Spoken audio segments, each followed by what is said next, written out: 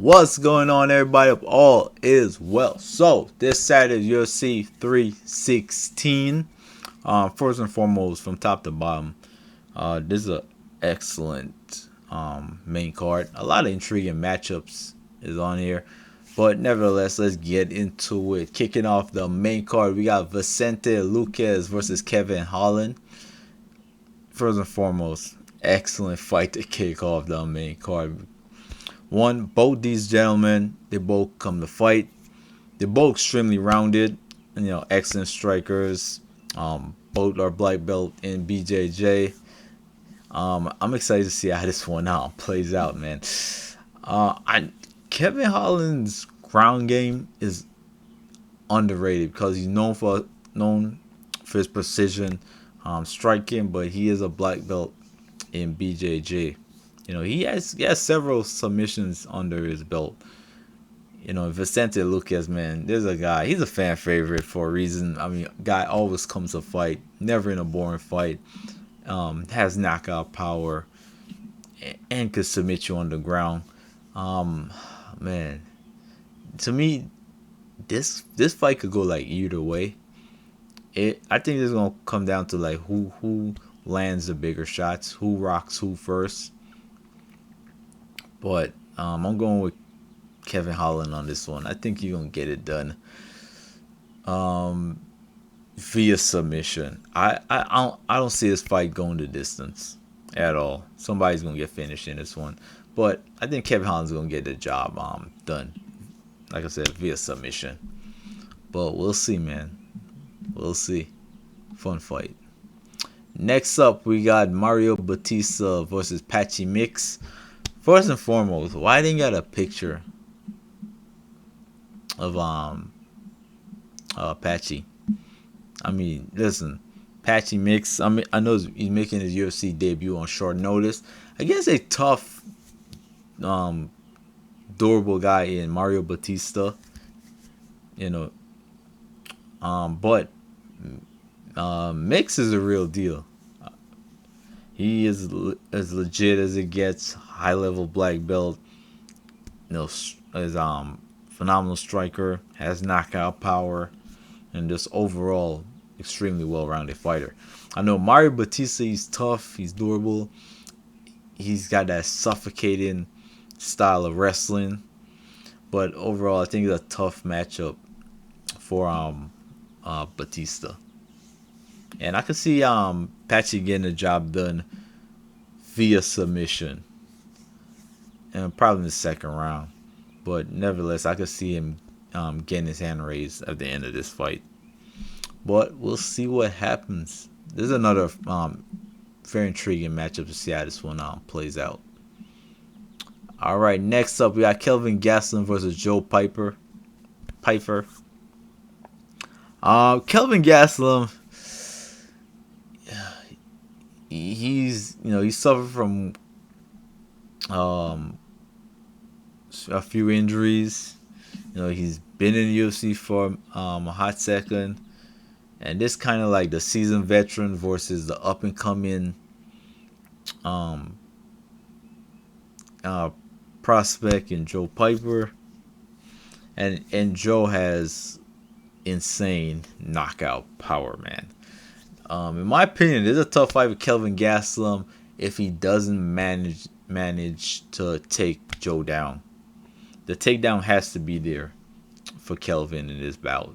I cannot see him going toe to toe with Joe in the stand-up department.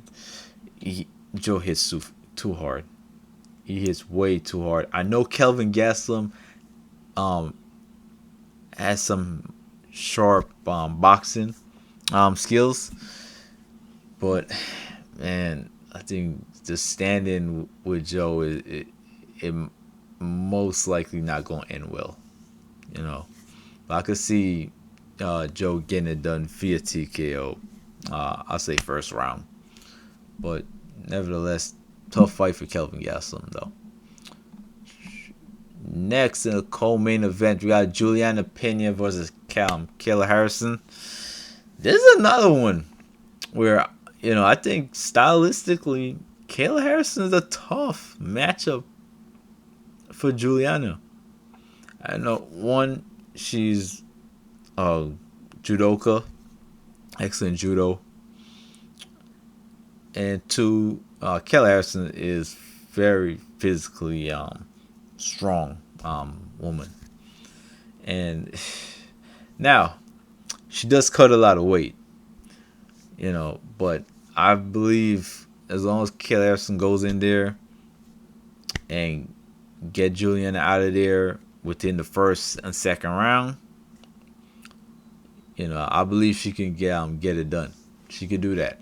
But if Juliana is able to make Kelly Harrison work and turn this into a dogfight, as the fight goes on, Juliana is going to have a significant advantage. Because Juliana, one thing about Juliana, I know she talks a lot of trash. She's very confident in her abilities, but Juliana is an absolute dog.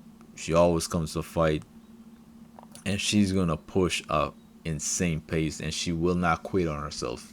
You're gonna have to submit her or knock her out to get her up out of there. There's no quit in this woman at all. Now, like I said, if she's able to turn this into a grueling fight and make Kelly Harrison work, Juliana Pena is retaining her title for sure. But in my opinion, I think Kelly Harrison's gonna get her out of there within the first or second round. She's gonna get her Juliana out of there. But anything can happen.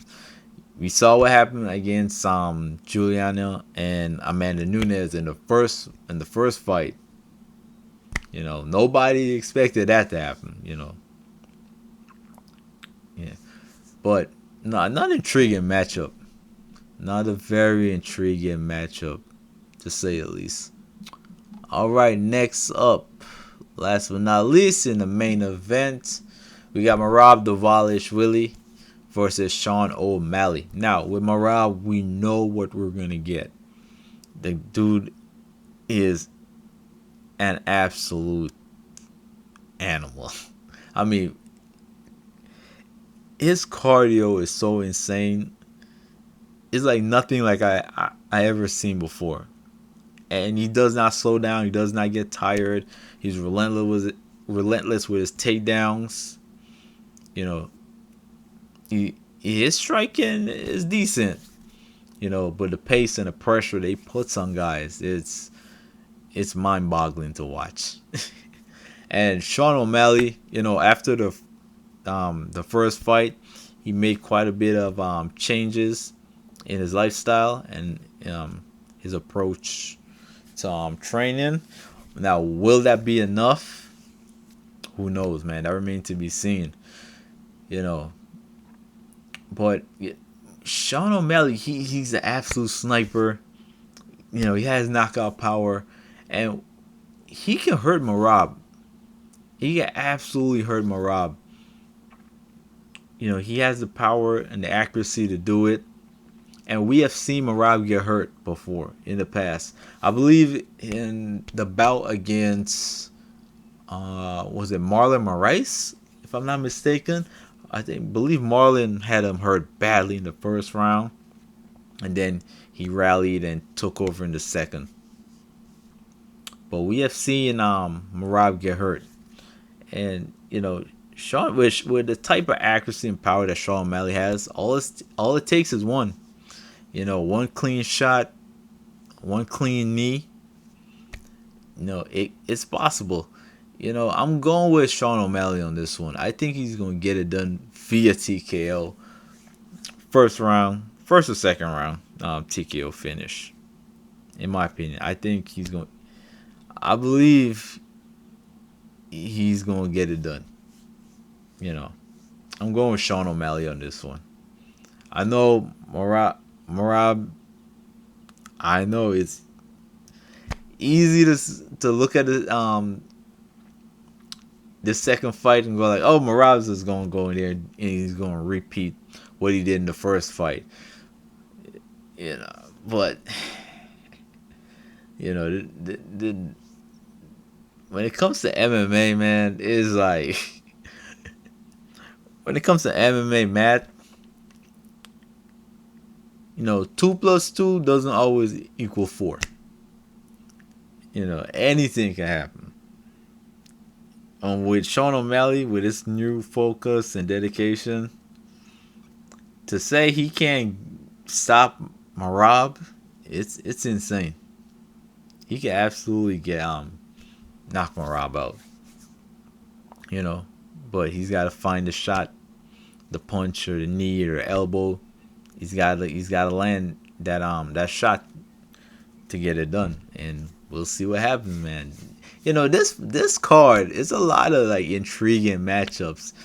There's a lot of fights on there that could go, one way or the other. Yeah, this whole card is like there's a lot of intriguing matchups on here. But yeah, I'm going with Sean O'Malley. Again, I think he's gonna get it done via TKO. And like I said, overall, a lot of intriguing and fun matchups on here. But we'll see what happens, man. But nevertheless, excellent card, excellent main card. And the prelims,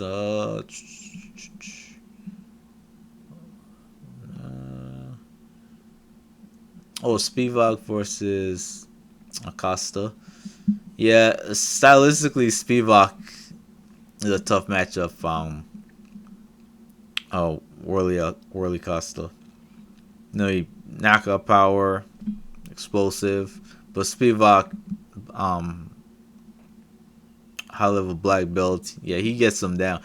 Spivak.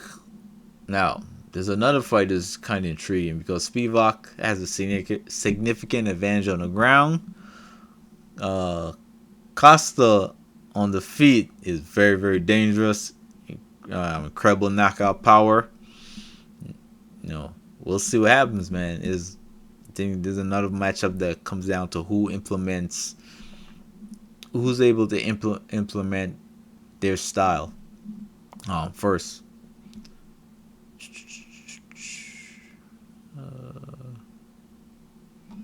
Chaos Williams. I do not know this gentleman. Yeah, but Chaos is always fun to watch. Another incredibly explosive and powerful striker. Early prelims.